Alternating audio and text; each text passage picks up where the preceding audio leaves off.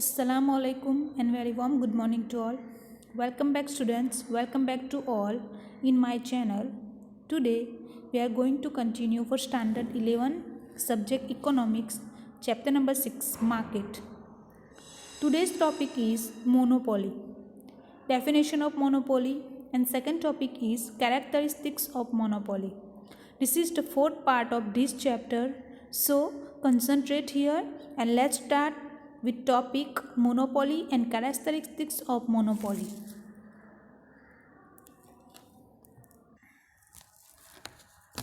First of all, monopoly. The economists consider the perfect market and monopoly as two completely opposite theories. Monopoly is an imaginary concept. The monopoly observed is in reality imperfect monopoly.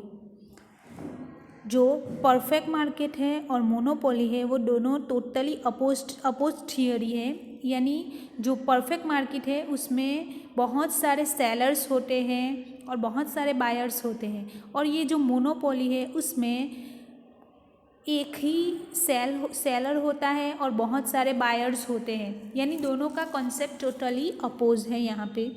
Monopoly is an imaginary concept. The monopoly observed is in reality imperfect monopoly. Monopoly has originated from the Greek words monos, which means single, and polyn means seller. So, monopoly means the market having one seller. Monopoly का meaning Greek word में मोनोज होता है और जिसका mean होता है single, यानी एक सिंगल सेलर होता है. ऐसे मार्केट को यहाँ पे मोनोपोली बोला जाएगा. The definition of monopoly, according to Professor Cambril, when the product supply is controlled only by a single enterprise, it is monopoly.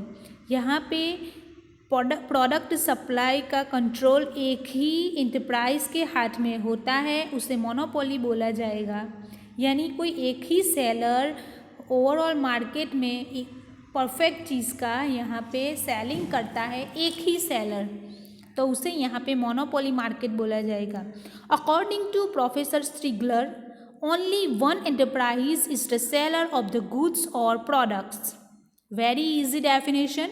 Only one enterprise is the seller of the goods और products, यानी वहाँ ऐसा market जहाँ पे सिर्फ और सिर्फ एक ही सेलर होता है, एक ही प्रोड्यूसर होता है और वही पूरे मार्केट में अपनी चीज़ें सेलिंग करता है, उसे यहाँ पे मोनोपोली मार्केट बोला जाएगा. Now characteristics of monopoly. Only one producer और seller and numerous buyers. There is only one seller or producer of the product and goods who controls the supply of the product. There is no competition in the market as there is only one seller, allowing the seller or the producer to control the price of the product.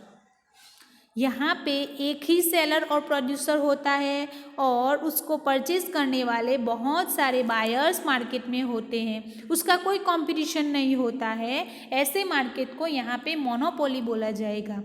The producer और seller can decide the price of the product to know as the price maker of the market. When there are countless buyers in the market, the importance of a single buyer becomes negligible. बहुत सारे buyers होता है तब जो single buyer यहाँ पे एक negligible बन जाता है. There is competition seen between customers in monopoly. The buyers thus can not affect the price of the product. यहाँ पे जो प्रोड्यूसर होता है वो अपने हिसाब से वो चीज़ का प्राइस डिसाइड करता है और जो बायर्स होते हैं वो अपने हिसाब से, अपने यूज़ के हिसाब से, अपने डिमांड के हिसाब से वो चीज़ का वहाँ पे वो परचेस करता है, बाइंग करता है. दैट मीन्स यहाँ पे प्राइस का पूरा डिसीज़न जो प्रोड्यूसर, जो सेलर है उसके ऊपर डिपेंड होता है.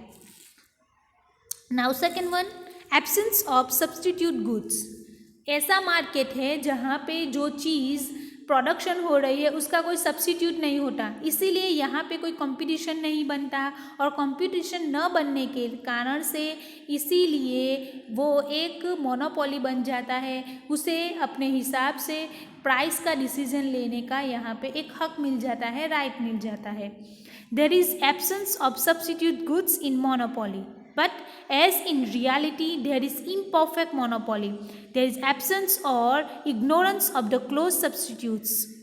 There may be a rare possibility or similar product available. For example, if while buying a railway ticket from a specific company for a specific time for a specific location, the ticket is unavailable, then there is no possibility of having a similar or substitute ticket to the location.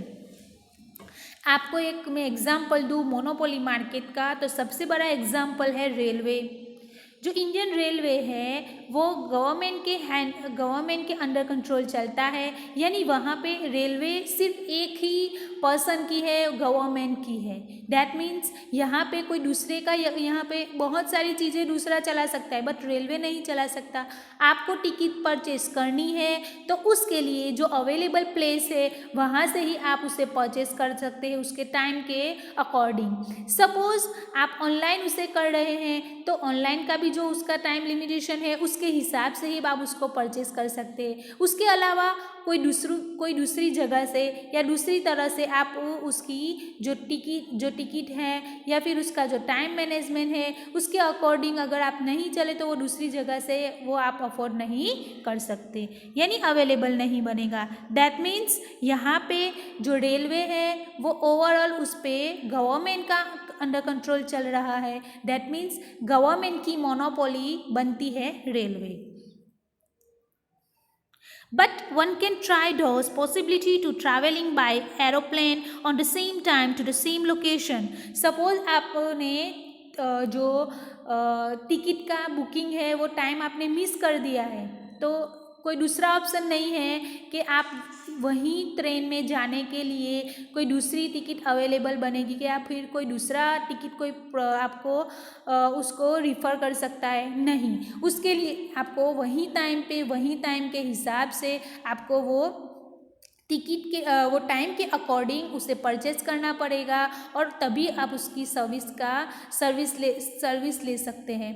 But suppose उसका next option ये बनता है कि वो आप train में नहीं जा सकते तो उसी टाइम पे आप प्लेन का यूज़ कर सकते हैं। बट यहाँ पे ओवरऑल जो रेलवे है उस पर गवर्नमेंट की मोनोपोली है। Now third number, restriction over the entry of new firms. यहाँ पे रिस्ट्रिक्शन बनता है न्यू फर्म्स को एंटर करने के लिए। There are different forms of monopoly in the market. Monopoly means the existence of only one seller. It is possible to end the monopoly but being a difficult process the seller can sustain his monopoly for a longer duration. Due to absence of competition, the seller controls the price and gains supernormal profits.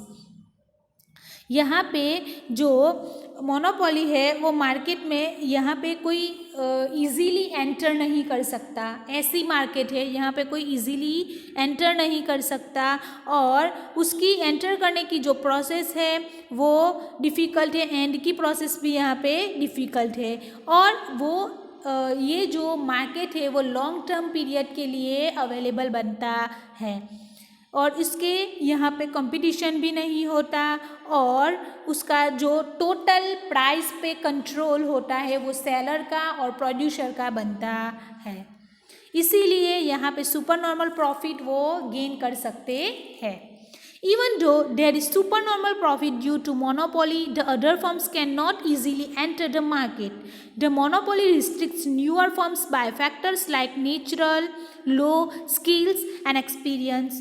यहाँ पे super profit gain करने के बावजूद कोई नया firm उसमें enter नहीं कर सकता क्योंकि ये एक मोनोपोली है। यहाँ पे एक नए फर्म को एंटर करने का लिए रिस्ट्रिक्शन बनता है।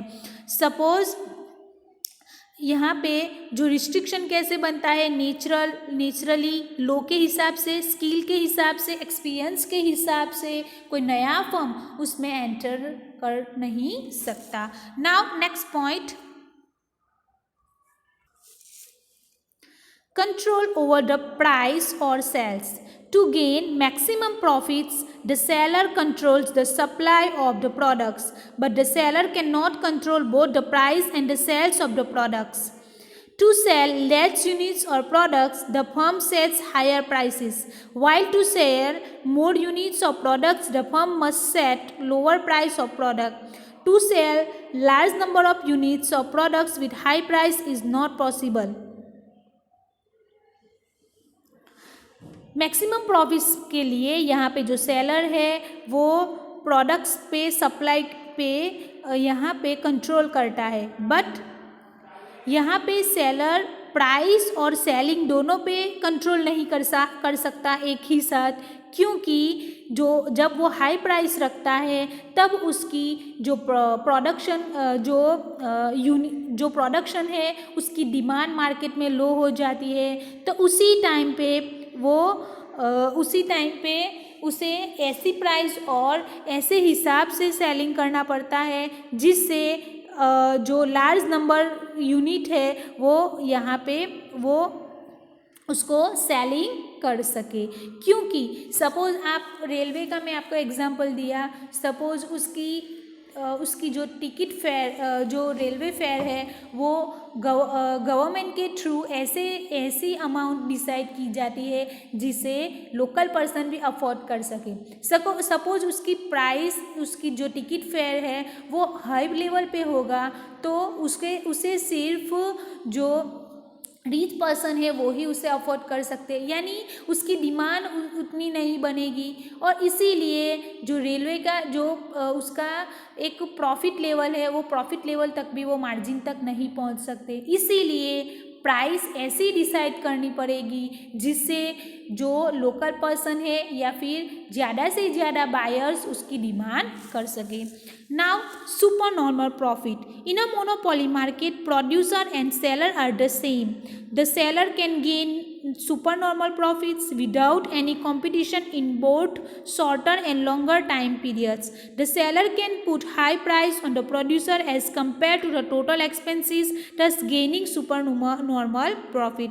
यहाँ पे सुपरनॉर्मल प्रॉफिट प्रोड्यूसर और सेलर के लिए इक्वली है, क्योंकि यहाँ पे कंपटीशन के बिना उन्हें प्रॉफिट गेन करना होता है, और कंपटीशन के न होने के बावजूद भी वो जो उसका नॉर्मल प्रॉफिट है वो उसे गेन करने के लिए उसे अर्न करने के लिए यहाँ पे पॉसिबिलिटी बनती है।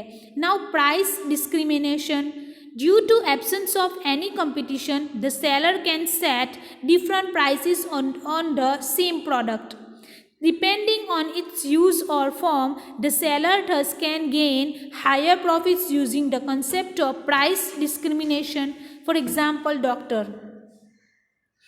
यहाँ पे कंपटीशन न होने की वजह से जो सेम प्रोडक्ट है उसकी प्राइस डिफरेंट होने की यहाँ पे चांसेस बढ़ जाते हैं, क्योंकि उसकी डिपेंडिंग के हिसाब से उसके यूज़ यहाँ पे होते हैं, और इसीलिए वो जो कंसेप्ट है उनके हिसाब से उनकी प्राइस डिस्क्रिमिनेशन देखने को मिलती है। सपोज़ आप मार्केट में देखते हैं, सपोज़ न्यूरोलॉजिस्ट, बराबर, तो न्यूरोलॉजिस्ट के हिसाब से कोई यहाँ पे सेलर्स कम है, उनकी जो सर्विस है वो उनके हिसाब से वो सेलर्स बनेंगे।